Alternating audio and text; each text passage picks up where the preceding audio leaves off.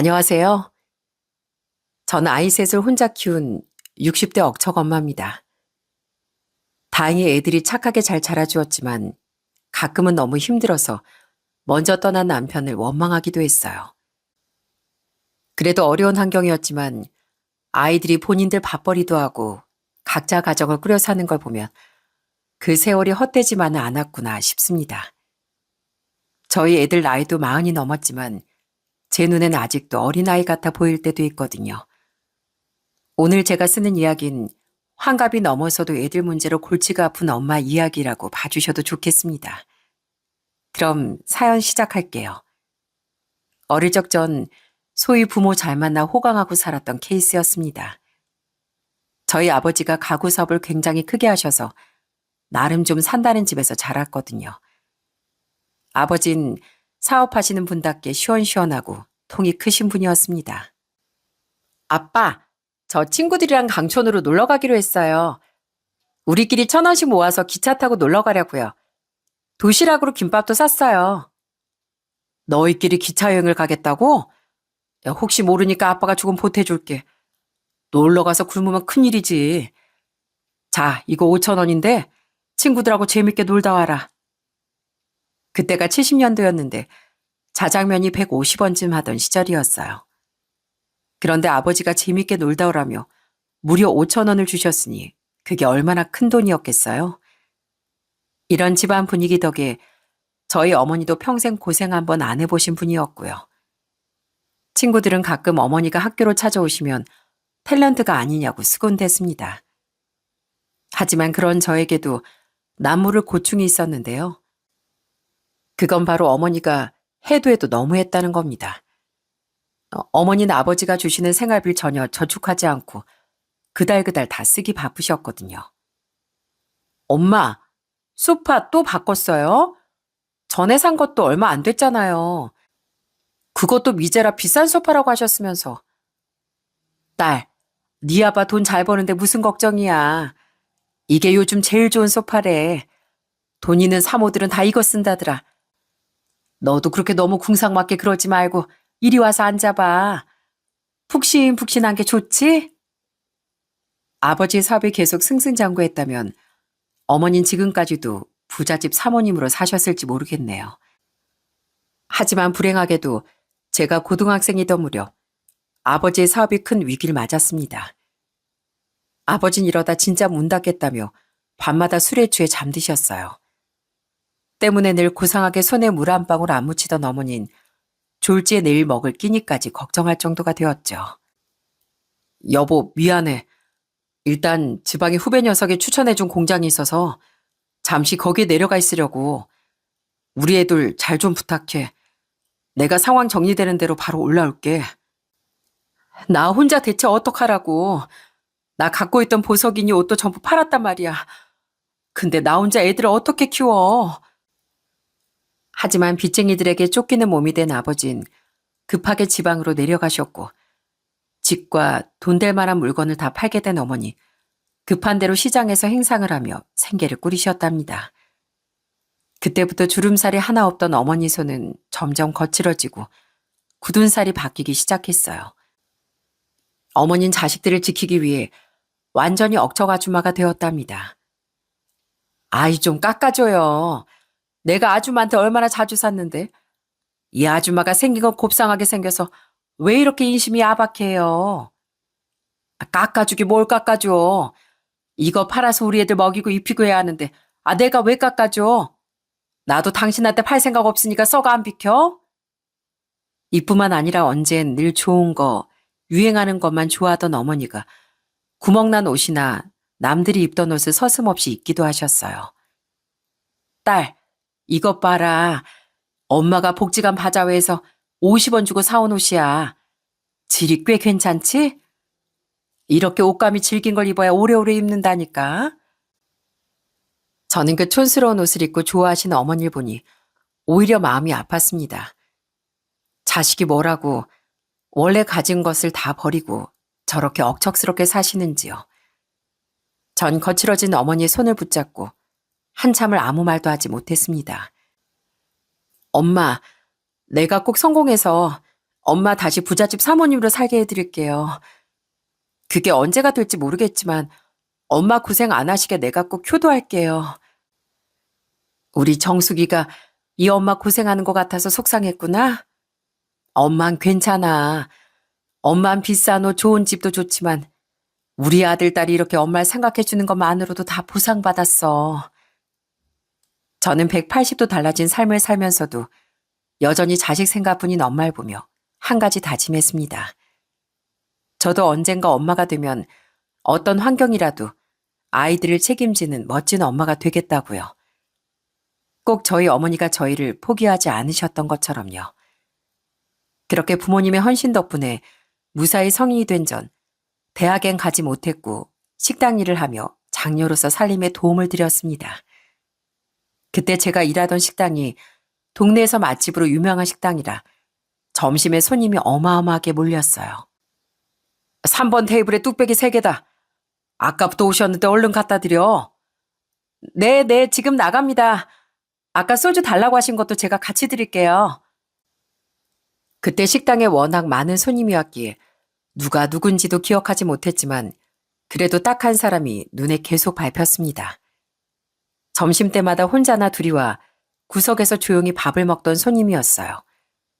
제가 그 손님을 기억했던 건 유독 너무나 친절한 손님이었기 때문입니다. 당시에 제가 어리기도 했고 그땐 식당 종업원을 존중하는 분위기가 아니었어요. 그나마 반말이나 안 하면 다행이었다고 해야 할까요? 그런데 그 손님은 꼬박꼬박 제게 고맙다고 인사를 해주고 제가 실수를 하더라도 절대 함부로 말하지 않더라고요. 어?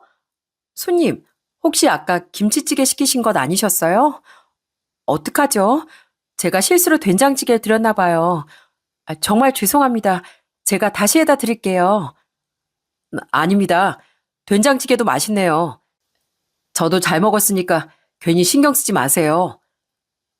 저는 제 실수를 눈감아주는 손님이 고마워 사장님 몰래 몇 번 서비스도 드리고 특별히 잘 챙겨드렸습니다. 그러다 서로 대화를 주고받게 되었고 가끔 식당 밖에서까지 만나는 사이가 되었어요. 그 사람은 정말 성실하고 사치를 모르는 사람이었습니다. 정수가, 이거 장갑이야. 받아. 요즘 날이 많이 추워졌더라. 식당 늦게 끝나고 집에 갈 때 많이 춥지? 이거 꼭 끼고 다녀. 그 사람은 본인은 다 낡은 외투 하나만 걸치고 있으면서 제가 추울까봐 장갑을 사다 선물해 주더라고요.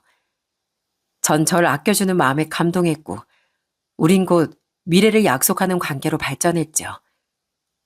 저는 본인을 위해 돈을 한 푼도 안 쓰는 그 일을 위해 손뜨개로 목도리와 장갑을 떠서 선물했어요. 저흰 피차 가난한 형편이 비슷해 별달리 결혼식도 못하고 바로 신혼생활을 시작했습니다. 비록 여전히 배고프고 추운 삶이었지만 그래도 남편이 있어 참 행복했어요. 남편은 화물차 운전기사였는데 새벽부터 밤 늦게까지 운전대를 잡아도 힘들다는 내색 한 번을 안 하더라고요. 여보, 너무 무리하지 말고 졸리면 휴게소라도 가서 눈 좀 붙여. 그러다 사고 나면 큰일이잖아. 알겠어. 사고 안 나게 조심할게. 나 얼른 다녀올게. 당신도 집에 잘 있어야 돼. 비록 일 때문에 떨어져 있는 시간은 길었지만 금슬이 참 좋았던 저희 부부는 슬하에 3남매를 두었습니다. 아이 키우면서 형편은 빠듯했지만 아이들이 자라나는 모습을 보면 세상 어떤 부자가 부럽지 않더라고요.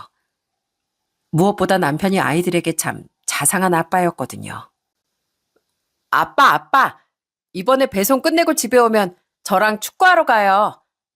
저 공 차는 거 엄청 연습 많이 했어요. 아니야, 아빠. 나랑 놀이터 놀러 가기로 했어. 그죠, 아빠? 저번에 나랑 먼저 놀기로 약속했잖아요. 요 녀석들. 이러다 아빠를 둘로 나눠 갖겠다고 싸우겠다. 아빠가 이번 배송 끝나면 실컷 놀아줄 테니까 거 싸우지들 마. 그러다 저희 큰아들이 17살 되던 해였을까요? 저는 인생이 완전히 무너져 내리는 아찔한 일을 겪게 됐습니다. 지금 생각해봐도 눈물이 앞을 가릴 정도로 가슴 아픈 일이 일어났어요.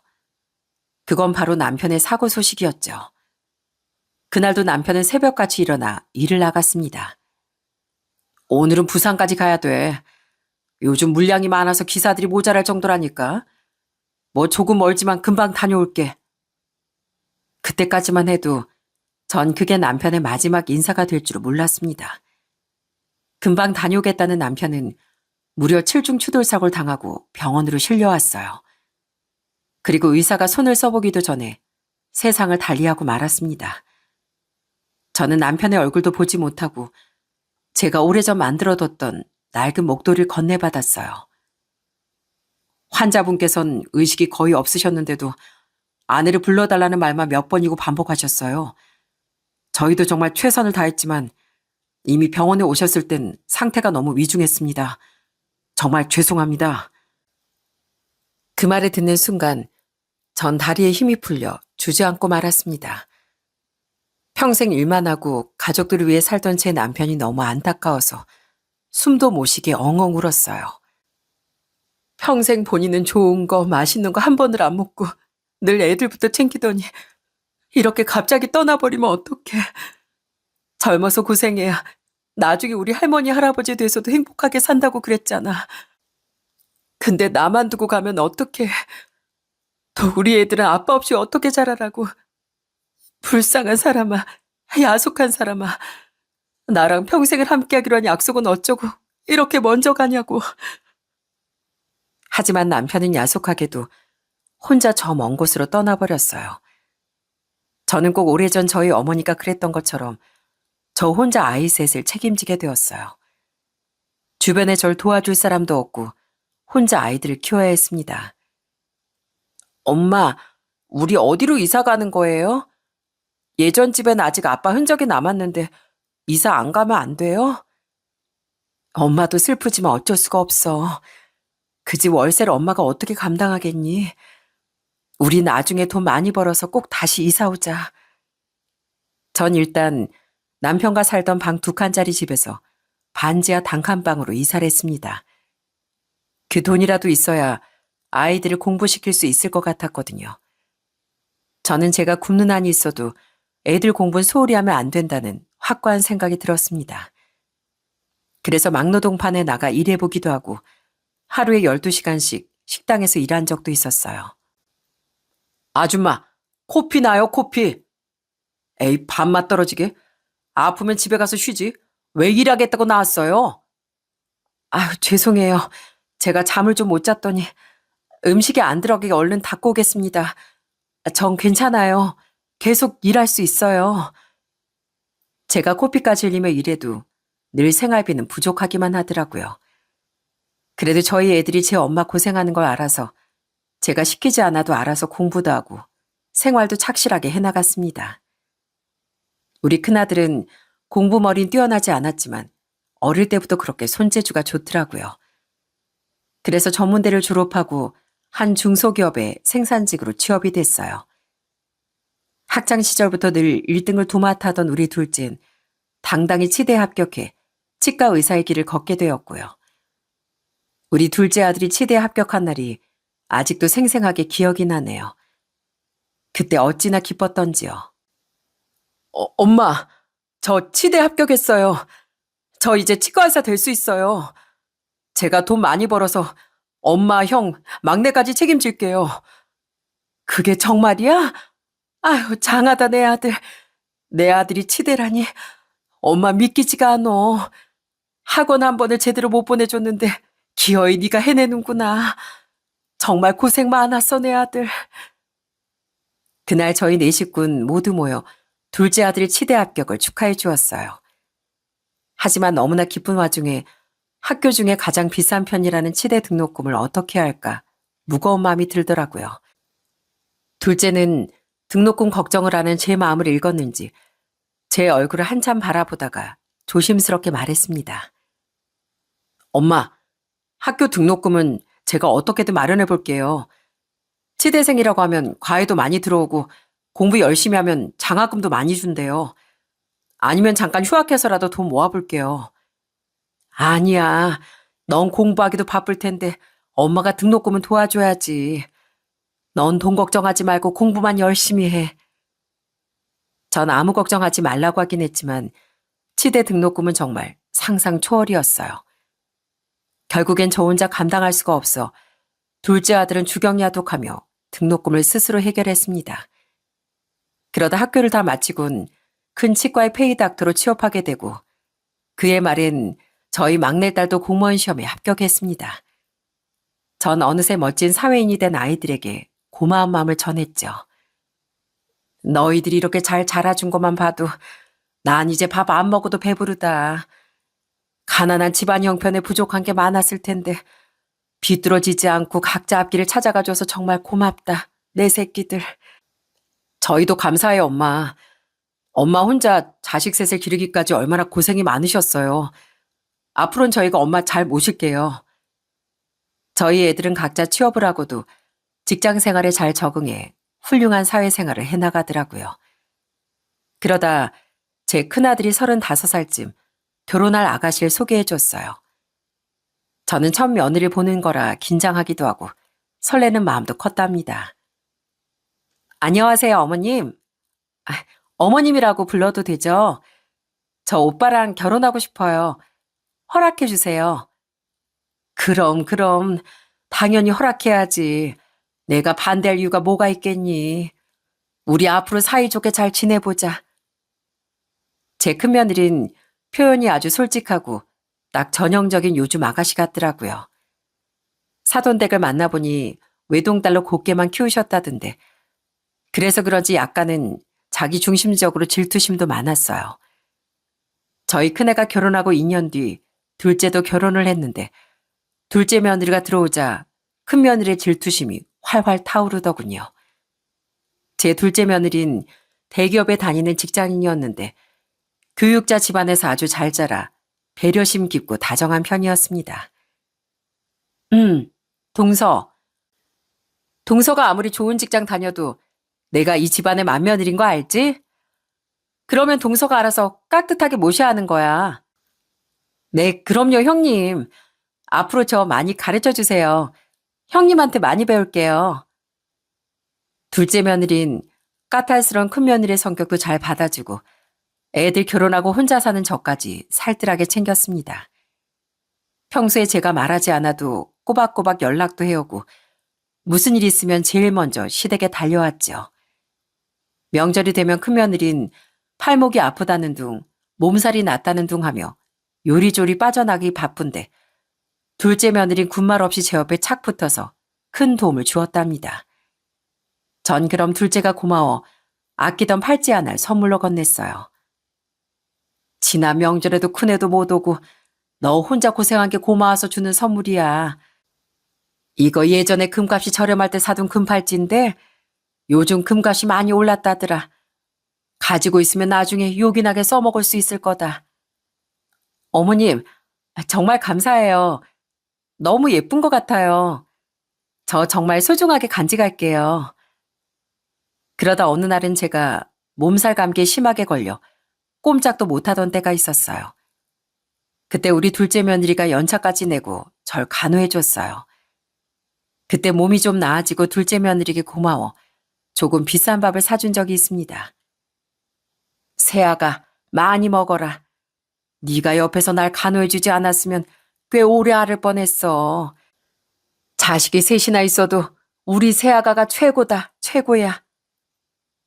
무엇보다 제가 둘째 며느리에게 고마움을 느꼈던 건 저희 둘째는 제가 하나를 주면 꼭 2개, 3개로 보답하는 성격이었기 때문이에요. 어머님, 저번에 팔찌 선물해 주셨잖아요. 저도 어머니께 선물 드리고 싶어서 진주귀걸이 사왔어요.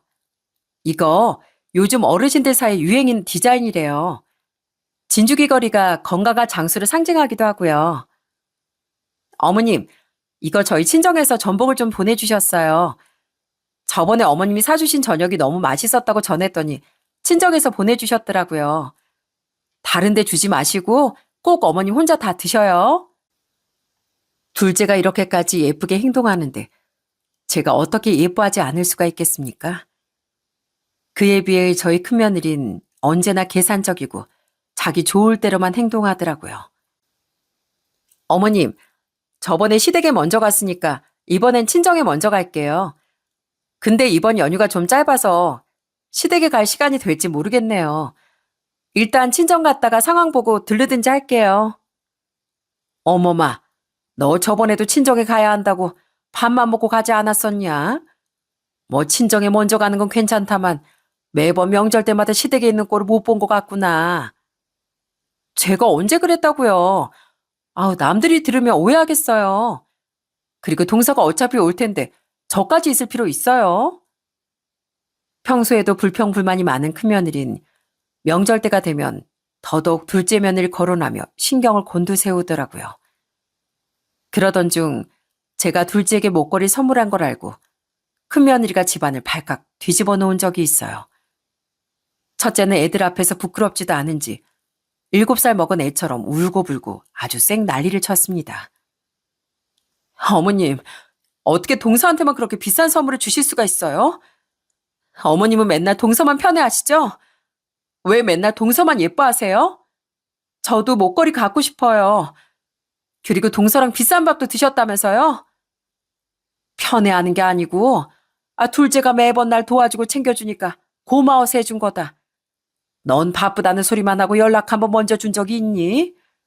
넌 심지어 추석에도 잘 오지도 않고 설날에만 용돈 받으러 오지 않니? 그리고 유치원생처럼 울긴 왜 울어? 당장 눈물 뚝 그쳐. 큰며느린 한참 어린 제 막내딸보다, 아니 손주 녀석보다 질투심이 많았습니다. 그날도 편애하지 말라고 난리길래 일단 엄하게 닭을 쳐서 집으로 돌려보냈어요. 그러자 집에 가서 제 큰아들을 잡고 엄청 시샘을 부린 모양이었어요. 큰애가 그런 말을 하는 애가 아닌데 저한테 슬쩍 이런 말을 하더라고요. 어머니, 그 사람이 외동딸로 자라서 받는 것에만 익숙한 사람이에요. 어머니가 너그럽게 이해해 주세요. 그리고 제 아내가 큰며느리인데 예뻐해 주시면 좋잖아요. 저도 그 사람한테 단단히 주의 줄게요. 큰아들까지 이렇게 말하니 저도 마음이 좀 복잡해졌습니다. 제가 저도 모르게 편애를 했나 싶기도 했고, 사실 큰며느리가 저렇게까지 시샘을 부린 이유도 있었거든요. 아휴, 어머님, 저희 이번 달에도 완전 마이너스예요. 한 달에 애들한테 나가는 학원비가 얼만데 이렇게 벌어서 언제 빚 갚고 애들 대학 보낼지 모르겠다니까요. 큰아들네는 둘째 아들네에 비하면 형편이 턱없이 어려웠습니다. 아무래도 둘째는 아들이 치과 의사에 며느리가 대기업에 다녔으니 비교적 여유가 있는 편이었어요. 그런데 첫째는 애들 학원비와 생활비 충당하기도 빠듯하게 살았고 대출을 엄청 받아서 간신히 전셋집에 살고 있었거든요. 더군다나 애들한테 애착도 강해서 첫째 며느린 꼭 둘째 며느리가 애들한테 하는 것처럼 그대로 따라하고 싶어 하더라고요.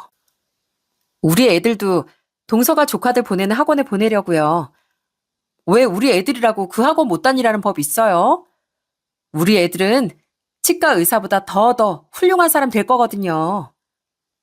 옛말에 뱁새가 황새 쫓아가면 쫓다가 가랑이 찢어진다는 말이 있잖아요. 늘 가진 것보다 더 많은 것을 욕심내니 자꾸만 큰아들에게 돈돈돈하며 들들 볶아대는 거였습니다. 큰아들은 애들 학원비 때문에 많이 힘들어했고요. 나도 우리 애들한테 좋은 것만 해주고 싶지. 근데 내 상황이 이런 걸 어떡하겠어. 그래도 당신이 정 보내야겠다면 내가 주말에 아르바이트라도 뛰어볼게. 저도 이런 애들 사정을 다 알다 보니 좀 미안한 마음이 들어 큰며느리에게 금귀걸이 한 쌍을 사주었어요. 치, 어머님 전 귀걸이네요. 동서한테 목걸이 주셨으면서 목걸이가 훨씬 비싸잖아요. 하지만 큰며느린 정신 못 차리고 계속 투정을 부리더군요. 저는 이 목말리는 떼쟁이가 그저 황당하기만 했죠. 그래도 며느리들을 최대한 공평하게 대하려고 노력했습니다.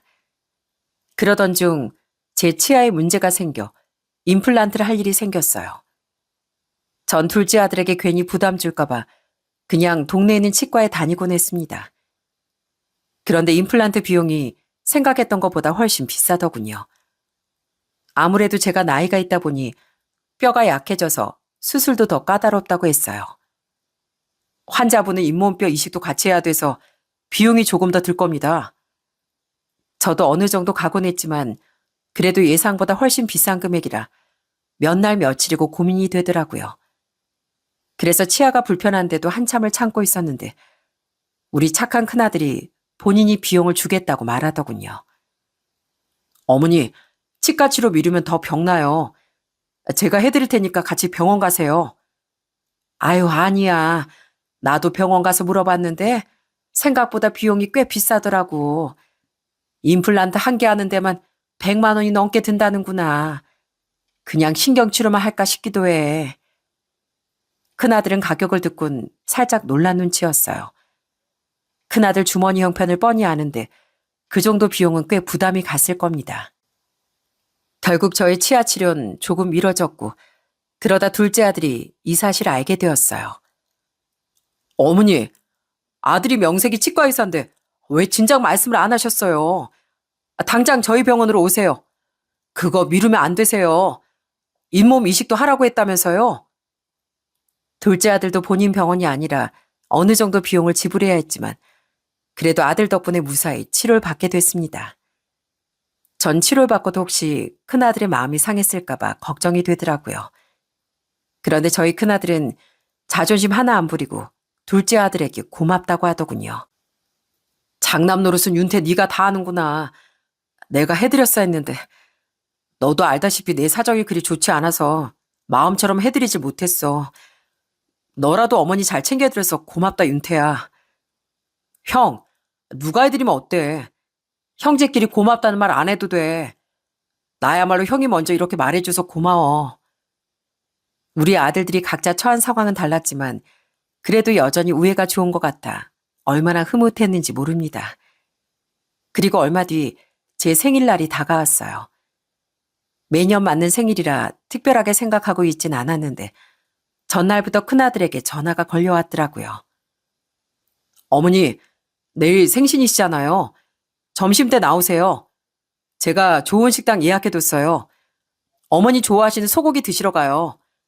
집사람하고 애들도 나올 거예요. 저희 착한 큰아들은 제가 몇 번이고 괜찮다는데도 기어이절 고급 한우 전문점으로 불러냈습니다. 제 생일날이라도 꼭 좋은 걸 대접해주고 싶었대요. 그래서 저도 기쁜 마음으로 식당에 도착했습니다. 아들이 예약했다는 식당을 보니 꽤 가격이 나가는 한우 전문점이더군요. 아이고, 내가 우리 아들 며느리 덕분에 이렇게 좋은 식당에다 와보는구나. 생일이라고 아주 호강하네. 오늘 실컷 드시고 가세요. 아들이 어머니 생신이신데 이 정도도 못 해드리겠어요? 여기 메뉴판 있으니까 편하게 보세요, 어머니. 아들이 건넨 메뉴판을 보니 꽤 괜찮은 부위들이 많아 천천히 살펴보고 있었어요. 그러던 그때 아들의 전화벨이 울리더라고요. 네, 전화 받았습니다. 아, 차 좀 빼달라고요? 아, 네, 제가 지금 바로 가겠습니다. 어머니, 여보, 나 차 좀 빼고 올게요. 그럼 고르고 계세요. 큰아들은 차 빼달라는 전화를 받고 밖으로 나갔고 식당엔 큰며느리와 저 손주들만 남았습니다. 며느린 아들이 나가자 제 손에 들려있던 메뉴판을 냉큼 뺏어들었어요. 어머님, 메뉴판 다 보셨죠? 뭐 시키시겠어요? 어디 보자. 아, 여기가 한우가 유명한가 보구나. 그럼 우리 한우 먹자, 한우. 애들도 고기 잘 먹잖니. 한우요? 아, 그 비싼 한우를 드시겠다고요? 며느리 마치 못 들을 말을 들었다는 듯 재차 되묻더라고요. 전 큰며느리가 왜 이러나 싶어 두어 번 더 한우를 시키라고 말했어요. 사실 그때까지만 해도 절 생각해서 이런 식당에 예약해둔 게 기특해 제가 계산하려고 했거든요. 그런데 큰며느리가 어찌나 얄밉게 묻던지 사실 오늘 절 불러낸 목적이 있었구나 싶더라고요. 어머님, 큰아들 형편 어려운 거 아시면서 진짜 한우를 드셔야겠어요? 진짜 눈치도 없으시네요. 큰며느린 그러며 멋대로 제일 싼 수입 삼겹살로 메뉴를 주문해버리더라고요. 아니, 작은 서방님이 치아도 해드렸다면서요. 비싼 치아라 그런지 한우도 잘 드시나 봐요. 눈치껏 대패 삼겹살이나 드시지 무슨 한우씩이나 드시겠다고. 진짜 저희 형편 모르셔서 한우를 고르신 거예요? 됐고요. 우리 애들도 한우 같은 걸 못 먹어봐서 삼겹살 잘 먹어요. 그냥 삼겹살 드세요. 저는 그때 너무 황당해서 입을 떡 벌린 채 가만 쳐다보고만 있었어요. 저도 삼겹살 좋아하지만 제 생일날 이런 수모를 당할 줄은 꿈에도 몰랐거든요. 그리고 잠시 후 주차를 끝낸 큰아들이 다시 자리로 돌아왔어요. 주문 다 했어요? 어디 보자. 어? 왜 삼겹살을 시키셨어요? 한우 드시지. 여기 한우 잘하는데. 큰아들이 의아해하며 묻자 큰며느리가 말을 가로채 먼저 변명을 하더군요. 어머님이 우리 힘들게 사는 거 안다고 먼저 삼겹살 드신대.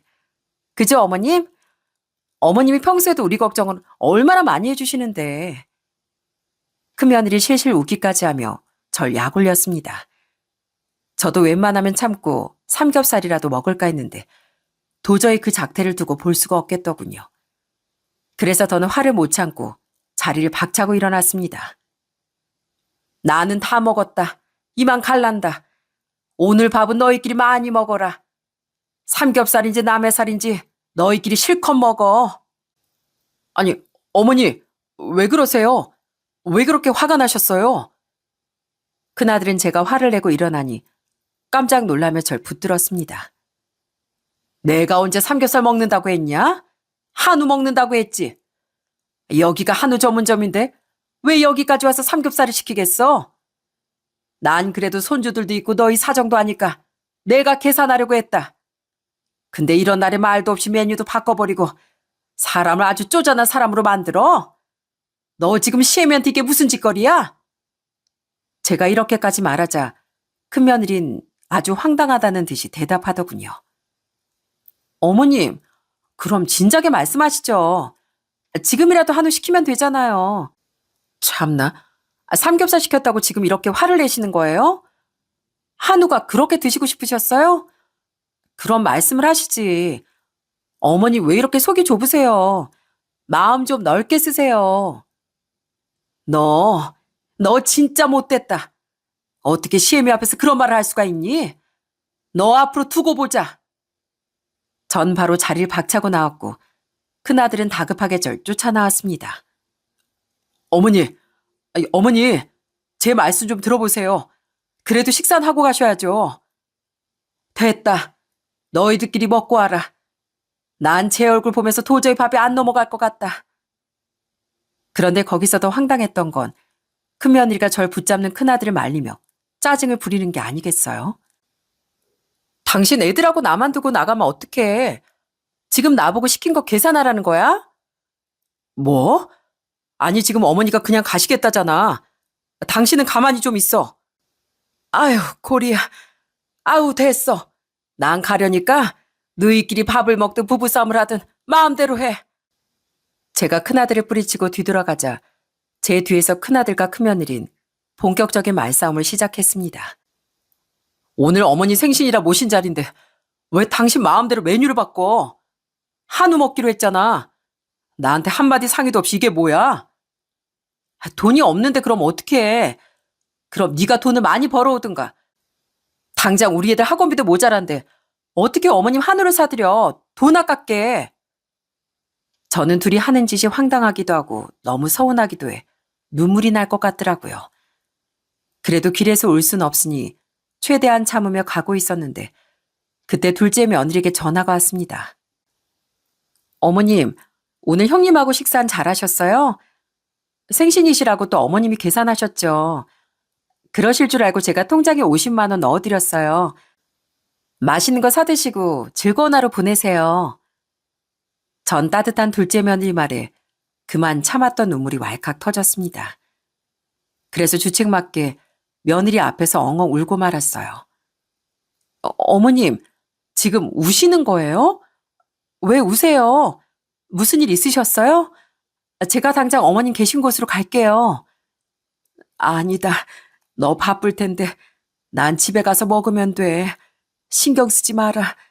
내가 갱년기가 왔나 보다. 어머님 설마 식사도 못 하셨어요? 형님하고 무슨 일이 있으셨던 거예요? 제가 당장 갈게요. 그러더니 둘째 며느린 당장 절 모시러 차를 끌고 나타났습니다. 그러면서 오는 길에 근처에 예약이 가능한 식당도 잡아두었더라고요. 어머님, 시장 아시죠? 얼른 식사하세요. 제가 이 식당에서 최고로 잘 나가는 메뉴들로 예약해뒀어요. 평소에 어머님 좋아하시던 메뉴니까 입맛에 맞으실 거예요. 둘째 며느린 둘째 아들 녀석한테도 연락을 했는지 잠시 후 식당 문이 열리더니 아들이 들어오더라고요. 며느리가 알아서 센스 있게 시킨 음식들을 보고 있자니 또 눈물이 날 것 같았어요. 전 이때까지 애들 잘 되라고 힘든 것도 모르고 열심히 키워왔는데 큰 며느리가 저에게 그렇게 말한 게 너무 서운하고 큰 상처였거든요. 제가 계속 우니까 둘째 애도 많이 놀란 것 같아 좀 전에 있었던 상황을 얘기해 주었어요. 그러자 둘째 아들은 크게 분노하며 당장 형수를 찾아가겠다고 난리였습니다. 형수가 진짜 그랬다고요? 와, 진짜 너무하네. 어떻게 어머니를 앞에 두고 그렇게 얘기할 수가 있어요? 그거 한우 얼마나 된다고. 그리고 분명 어머니가 계산하겠다고 나서실 게 뻔한데 그런 모욕을 줬단 말이에요? 내가 그래도 없는 형편이지만 너희 삼남매를 얼마나 열심히 키웠는데 생일날 이런 취급이나 받고 서러워서 살 수가 없다. 둘째 아들은 계속 화를 참지 못하더니 기어이 큰아들에게 전화를 걸었습니다. 큰아들은 저희가 있는 위치를 듣자마자 손살같이 찾아왔어요. 어머니, 정말 죄송해요. 이게 다 제가 못나서 그래요. 집사람이 애들 학원비에 생활비까지 쪼들려서 마음이 많이 궁색해졌어요. 저희 대출금까지 있어서 더 그랬나 봐요. 다 제가 능력이 없는 탓이에요. 제가 지금까지 말은 안 했지만 사실 전부터 큰아들이 전세 대출금 때문에 고생하는 걸 알고 2억 정도 도와줄 생각이 있었어요. 큰아들도 이걸 알고 눈물까지 글썽이며 고마워했고요. 어머니, 제가 얼른 돈 벌어서 그 돈 다 갚을게요. 정말 감사해요. 집사람도 엄청 좋아할 거예요. 그동안 큰아들 내외가 전셋집을 매번 옮겨 다니는 걸 너무 힘들어하기도 했고 안 그래도 6달만 있으면 또 집을 옮겨야 하는 처지였거든요. 큰아들한테 물어보니까 지금 사는 전셋집에 집주인이 들어온다고 해서 어쩔 수 없이 나가야 하는 상황이라고 하더라고요. 그래서 저도 제 노후 자금을 다 털어서 2억을 주겠다고 한 거였습니다. 하지만 이런 모욕과 수모를 당한 마당에 그 돈을 줄 생각이 싹 사라졌어요. 미안하지만 너희 주겠다고 한 2억은 안 되겠다. 아니, 도저히 못 줘. 큰며느리 그것은 정신 좀 차려야 돼. 내가 어떤 돈을 너희한테 주겠다고 한 줄 몰라? 네 엄마가 얼마나 힘들게 번 돈인데. 알아요, 그 돈. 어머니, 그건 노후자금이잖아요. 전 안 그래도 안 받으려고 했어요. 아직 집사람한테 얘기도 안 했고요. 큰아들은 그래도 내심 서운했을 텐데 아까 잘못한 것 때문에 오히려 괜찮다며 어머니 노후자금으로 쓰라고 말하더군요. 저도 큰아들만 생각하면 짠한 마음이 들었지만 그래도 큰며느리를 제대로 가르치려면 마음을 굳게 먹어야 했어요. 그렇게 2억은 완전히 없던 일로 하고 큰며느리가 어떻게 며칠간 나올지 두고 보고 있었어요. 그러다 큰며느리가 아들에게 얘기를 다 들었는지 아주 180도 다른 태도를 보이며 제게 연락을 해왔더라고요. 어머님, 저번에 저 때문에 많이 속상하셨죠. 제가 죄송해요. 그땐 다시는 안 볼 것처럼 막말하더니 이제 와서 왜 전화했니? 어머님 오해하시면 안 돼요. 그날 사실 어머님 서프라이즈 해드리려고 그랬던 거예요. 삼겹살 시키는 척하면서 한우 시키려고 했다고요. 진짜예요.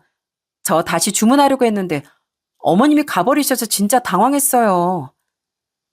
큰며느린 정말 뻔뻔하게 눈에 빤히 보이는 거짓말을 해대더라고요. 어머님 그리고 제가 그이한테 얘기 들었는데 저희 전세 사는 거 안쓰럽다고 집 사는데 돈 보태주시려고 했다면서요. 그것도 2억이나요. 그래, 그랬지. 근데 생각해보니까 겨우 한우도 마음대로 못 사먹는 시애미가 무슨 돈이 있어서 너희한테 그 큰 돈을 주겠니? 그 일은 없던 걸 하기로 했다. 네? 어머님, 제 말 좀 한 번만 들어주세요. 저희 힘든 거 아시잖아요. 제발 그 돈 주시면 안 돼요? 저희 이사 다니는 것도 너무 힘들고 2억이면 그동안 빚진 것도 해결할 수 있어요. 그래도 그 일가 장남인데 어머님이 도와주셔야죠. 너 정말 뻔뻔하구나. 네가 나한테 한 행동을 돌아봐라. 넌 어떻게 손주들 앞에서 날 그 망신을 줘놓고 이제 와서 돈 달라는 소리를 해? 너흰 고생 좀 더 해봐야 돼. 그 며느린 발등에 불이라도 떨어졌는지 애걸복걸하며 매달렸습니다. 어머님, 정말 제가 왜 그랬는지 모르시겠어요? 서방님이나 동선 잘 먹고 잘 사는데 저희만 거지같이 살고 있잖아요. 그런데 어머님이 동서만 예뻐하시니까 저도 질투가 나서 그랬다고요. 제가 어떻게 하면 될까요? 어머님 앞에서 무릎이라도 꿇고 빌까요? 너는 그 태도가 문제야. 넌 네가 필요할 때만 찾는 사람이 부모냐? 내가 돈 준다는 소리 아니었으면 네가 이렇게 나한테 전화라도 했겠어? 또 그 마음에도 없는 입 바른 소리 할 거면 전화 끊자. 전 그대로 전화를 끊어버렸습니다. 큰며느린 그 뒤로도 수단과 방법을 가리지 않고 돈을 받아내려고 입안을 혀처럼 굴었어요. 물론 전 눈 하나 깜짝 안 했지만요. 어머님, 오늘 제가 음식도 하고 설거지까지 다 하고 갈게요. 어머님은 그냥 편히 쉬고 계세요. 어머님, 이번에 김장할 때 100포기 할까요? 아님 200포기 할까요? 제가 다 할게요.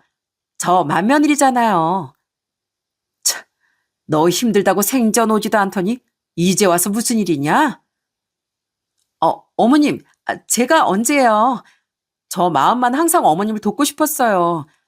그냥 상황이 안 됐던 거죠. 그 며느린 그 뒤로도 몇 번이나 먼저 저희 집에 찾아와 하지도 못하는 요리를 하고 절 졸졸 따라다니며 수발을 들더라고요. 하지만 그것도 얼마 안 지나 연락을 뚝 끊고 코빼기도 보이지 않았어요.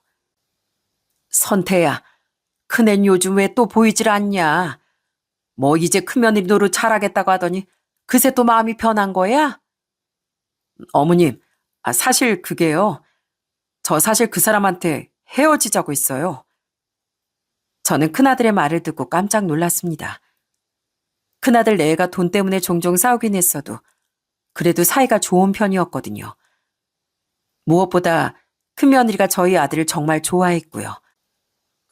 큰아들은 계속 제게 막말을 하거나 투정을 부리는 며느리를 참지 못하고 제대로 응징을 했답니다. 네가 우리 어머니를 어머님이라고 생각한 적은 있어? 네가 하고 싶은 대로 막말하고 떼나섰잖아. 마음에 안 들면 막 안 드는 대로 난동이나 부리고. 네가 7살이야? 그래 놓고 돈 받을 생각을 어떻게 해? 난 어머니가 그 돈 다시 준다고 해도 안 받아. 네가 내 능력에 그렇게 불만이 많으면 그냥 갈라서자. 내가 왜 너 때문에 어머니한테 못난 아들이 돼야 돼? 내가 어머님 눈치 보랴 동생들 눈치 보랴 아주 미쳐버리겠어. 큰아들은 이혼 얘기까지 꺼내며 냉정하게 얘기했고 충격을 받은 큰며느린 그 길로 집을 나가버렸답니다. 그래, 다 내 잘못이다 이거지? 그럼 내가 나갈게. 당신 나 없이 살 수 있는 어디 두고 보자. 하지만 큰며느리가 착각한 게 하나 있었습니다. 저희 큰아들은 한 번 아니다 싶으면 절대 마음을 바꾸지 않는 성격이었거든요. 며느리는 아마 며칠 지나면 다시 데리러 올 거라고 생각했겠죠. 하지만 큰아들은 처가 근처엔 얼씬도 하지 않고 그저 애들이나 잘 돌보면서 신경을 아예 꺼버렸답니다. 그러자 불안해진 큰며느린 다시 울고불고 아주 난리를 쳤어요. 당신이 어떻게 나한테 이럴 수가 있어. 나 당신 와이프잖아. 근데 내가 집을 나갔는데 한 번을 안 찾아와? 내가 당신을 왜 찾아가야 하는데? 나랑 다시 살고 싶으면 우리 어머니 앞에서 무릎 꿇고 빌어. 당장 가서 죄송하다고 진심으로 사과드리란 말이야. 큰아들이 강경하게 나오자 큰며느린 결국 꼴을 내리고 다시 제 앞에 찾아왔더군요. 그리고 무릎을 꿇고 진심을 다해 빌었어요. 어머님, 정말 죄송해요. 사실 동서하고 너무 비교도 되고 저희가 돈도 집도 동서네랑 너무 다르잖아요. 동서는 40평대 아파트 살고 저희는 그 좁은 집에서 아등바등 사는데 제가 어떻게 투정을 안 부려요. 서방님이랑 동선 직업도 좋고 전 아무것도 아니잖아요. 그래서 자격지심이 있었어요. 어머님도 동서한테만 좋은 말을 해주셨으니까요. 그래도 저 이번 일로 느낀 게 많아요. 저 반성 많이 했어요. 그러니까 제발 용서해 주세요. 저 남편 없으면 못 살아요. 우리 애들 없으면 하루도 못 산다고요. 저 이혼하기 싫어요. 제발 어머님이 그이 마음 좀 돌려주세요. 큰며느린 아주 닭똥 같은 눈물을 흘리며 이혼하기 싫다고 울었습니다. 평소에 둘째 며느리에게 자격지심이 있는 건 알았지만 제가 생각했던 것보다 정도가 훨씬 깊더라고요. 그저 성격 차에서 비롯된 질투증으로만 여겼는데 큰며느리 마음속엔 오랫동안 서운함과 불안감이 쌓여있던 겁니다. 일단 일어나라. 애들도 있는데 엄마가 돼서 이러는 거 아니다. 너도 반성했다고 말하니까 일단은 내 두고 볼 거야. 하지만 그게 내가 널 또 용서해 주는 건 아니다. 저는 큰며느리의 눈물이 악어의 눈물이라는 걸 알고 있었어요. 그렇지만 손주들 아프기도 했고 가족들 모두가 불편한 상황을 더 길게 끌고 싶지 않아 일단 지켜보겠다고 말했어요. 하지만 이역은 끝까지 해주지 않았습니다. 이번 일은 이렇게 넘어가도 대신 집은 당분간 못 해준다. 너의 힘으로 좀 아껴 쓰고 능력껏 살아라. 능력껏. 알았지? 알겠습니다, 어머님. 그래도 혹시 마음이 바뀌시면... 아니다. 제가 어머님 마음 바뀌실 정도로 완전히 바뀐 모습 보여드릴게요. 요즘 저희 큰며느린 제게 잘 보이려고 어찌나 노력 중인지 모릅니다. 요즘 하는 행동만 보면 세상에 이런 며느리가 또 어딨나 싶더라고요. 어머님, 저 왔어요. 동서는 천천히 오라고 하세요. 그동안 제가 도와드리지도 못했는데 이젠 제 역할을 해야죠. 우선 저 밥부터 안 칠까요? 됐어. 밥은 내가 다 했으니 너도 좀 쉬고 있어라. 아니에요. 제가 쉬긴 뭘 쉬어요. 어머님 지금 제 걱정해 주시는 거 맞죠? 그런 거죠? 그래도 아직은 예전 버릇을 못 버려서 좀 철딱서니가 없긴 합니다. 그래도 이 정도로 바뀐 걸 귀엽게 봐주려고 해요. 미우나 고우나 제 며느리니까요. 큰며느리는 얼마 전부터 직장에도 다니고 있답니다. 지금까지 큰아들만 들들 볶으며 돈 타령을 했는데 이제 애들도 조금 커서 본인도 일해보겠다고 나섰더라고요. 저 사실 직장에서도 맨날 욕먹어요. 공주병이라나 뭐라나. 그래도 저 끄떡 없어요. 저도 돈을 벌어야 우리 애들 맛있는 것도 사 먹이고 학원도 계속 보낼 수 있잖아요. 이제야 네가 진짜 엄마 같아 보이는구나. 그래, 원래 엄마란 존재가 그런 거야. 죽을 것 같이 힘들다가도 애들 생각만 하면 벌떡 일어나지는 게 바로 엄마야. 저도 짧지 않은 인생을 살아보니 결국 세상에서 가장 값진 건 돈도 명예도 아닌 것 같습니다. 힘들 때 절 버티게 해준 것도 가족이었고 서로 상처를 주고 갈등이 있었을 때도 결국 다시 손을 잡게 만드는 것도 가족이었으니까요. 살다 보면 억울할 때도 많고 왜 나만 이리 고생하나 싶은 순간도 있잖아요. 지금 돌이켜보면 그 모든 시간들이 다 제 곁에 있는 사람들을 더욱 소중하게 생각하게 만든 것 같습니다. 그것이야말로 나이 들어서 배운 진짜 인생 공부가 아닐까 싶네요. 요즘 아침 저녁으로 바람이 부쩍 쌀쌀해졌는데 다들 감기 안 걸리시게 건강 잘 살피셨으면 좋겠습니다. 끝까지 제 이야기 들어주셔서 진심으로 감사드려요.